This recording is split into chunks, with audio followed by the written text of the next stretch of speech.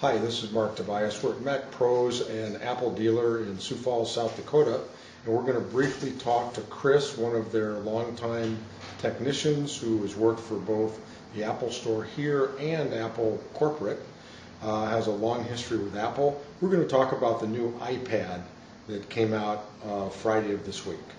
So Chris, you're holding the new iPad 2 that came out on Friday.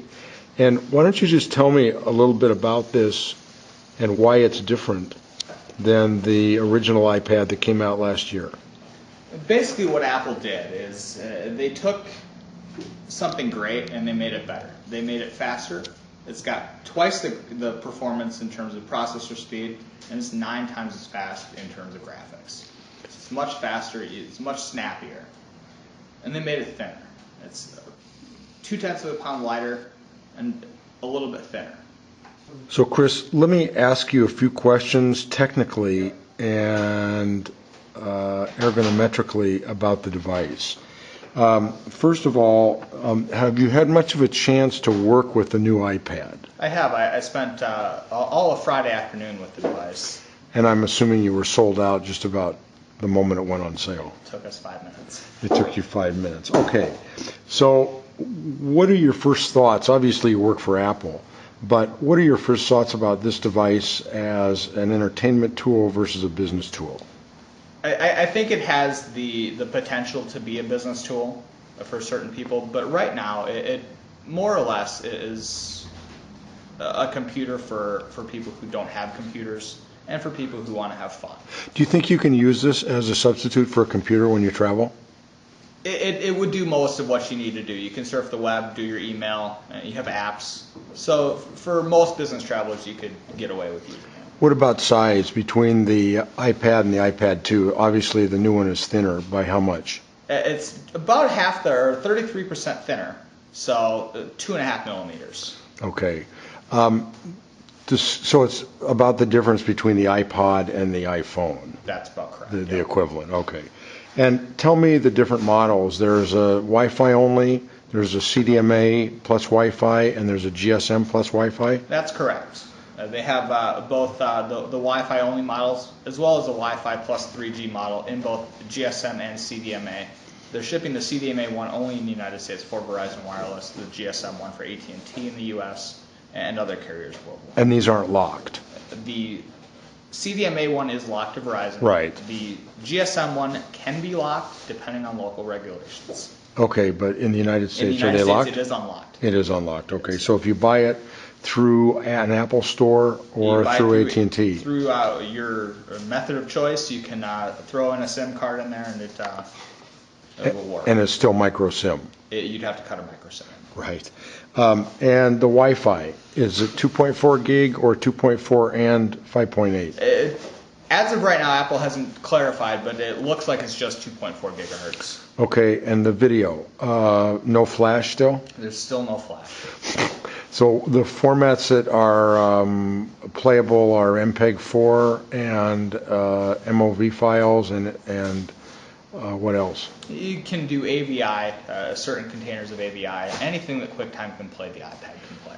Okay, let's talk about video chat. Sure. There's a Skype application. There is. And that will run on both Wi-Fi and 3G? That is correct. Okay, so it's the same app as the iPhone? It is, yep. It's just going to pixel double the app to the iPad screen. Okay, which leads me to the next question, which is cameras. Front-facing, rear-facing. Yep. The rear-facing is how many megapixel? 3. 3 megapixel, and the quality on the front-facing camera, is it? It's VGA quality. It's good enough to do video chatting, not good enough for really anything else. Okay, and what about the device will take pictures, obviously, and will record HD, sort of? Yes. When I say sort of, it's not full 1080. That's correct. Yep. And what does the device play back? It's going to play back 720. It plays back 720. So it's really pseudo high def. That's correct. Okay. Battery life? 11 hours. 11 hours. And as I understand it, the battery in the new iPad is a lot larger than the original iPad. It is slightly larger. Okay. Do you have an iPad? I do. The original one. I have the original one. I have a 2 on the way. What do you do with it? It's really meant for when I'm either on the road, so I have my email and my web browsing, so I don't have to carry a laptop with me, as well as when I'm just at home, don't need to carry out a laptop to do what I want to do. Okay, and the display size on the iPad 2, is it the same as the iPad? It is identical. Okay, and what about the quality of display? Same technology? The display is the same technology. Okay. And so there's really not a lot of difference between the iPad 1 and the iPad 2 except for the thickness and maybe a slightly increased battery size and the processor speed. Yep. And let's talk about the processor briefly. It's now a dual-core 1 gig. It's a dual-core 1 gigahertz A5. They did underclock that for heat reasons to 800 megahertz. Okay, so it really doesn't run at 1 gig. That's correct. Okay, and how much heat problem is there? Currently, not a whole lot. Their engineering department grabbed the heat issue before it became an issue. Okay, and what about internal memory? One of my big complaints with my original iPad was that although it has 64 gig, you can't address it as an external drive other than through iTunes. Is that still the case? That is still the case. So unless you meet the right formats, you cannot use that memory. That's correct. And so, and you're still restricted. You can't do Windows Media. You can't do Flash Video.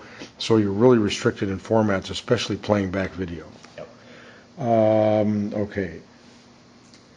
And there's no difference between the operating systems between iPad 1 and iPad 2. The iPad operating system is identical. Okay. And the audio, is it stereo or mono? It's mono. And the iPad had actually dual speakers, but it was single channel audio. Yep. The new one, it just has one speaker? It's a single speaker. It's got a high level and a low level. Okay, so what does that mean? They separated basically they separated both the tweeter and the... Oh, I see. So as far as when you say level, you mean frequencies. Exactly. Okay, is there any other innovative features that you've noted on the new iPad that would encourage everyone to go out and buy one that already has an iPad? No, the performance is the biggest thing. I mean, having a much snappier device is going to be what's going to drive people to buy it. Right, and price point. Let's discuss that. Price point starts at $499 for the 16 gig Wi-Fi model. It goes up by $100, 16, 32, and 64.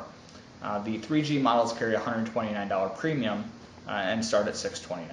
Okay, and there's been talk that there's an iPad Pro that may be coming out that may go 4G. Have you heard anything about that?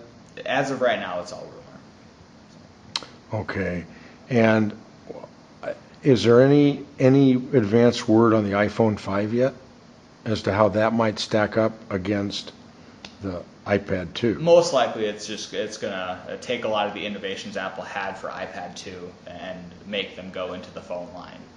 Is there any really neat apps that you use or others that you know use that may run better on the iPad 2? Definitely games are going to run better. Apps that take advantage of the old iPad are going to be marginally better, but Apple is pushing all of their major developers to come and use all the new APIs there. But there's still all the restrictions on getting programs into the device that has to go through iTunes, has to go through Apple. Okay, very good. Have I left anything out? I think you're good. Thanks very much, Chris. Sure.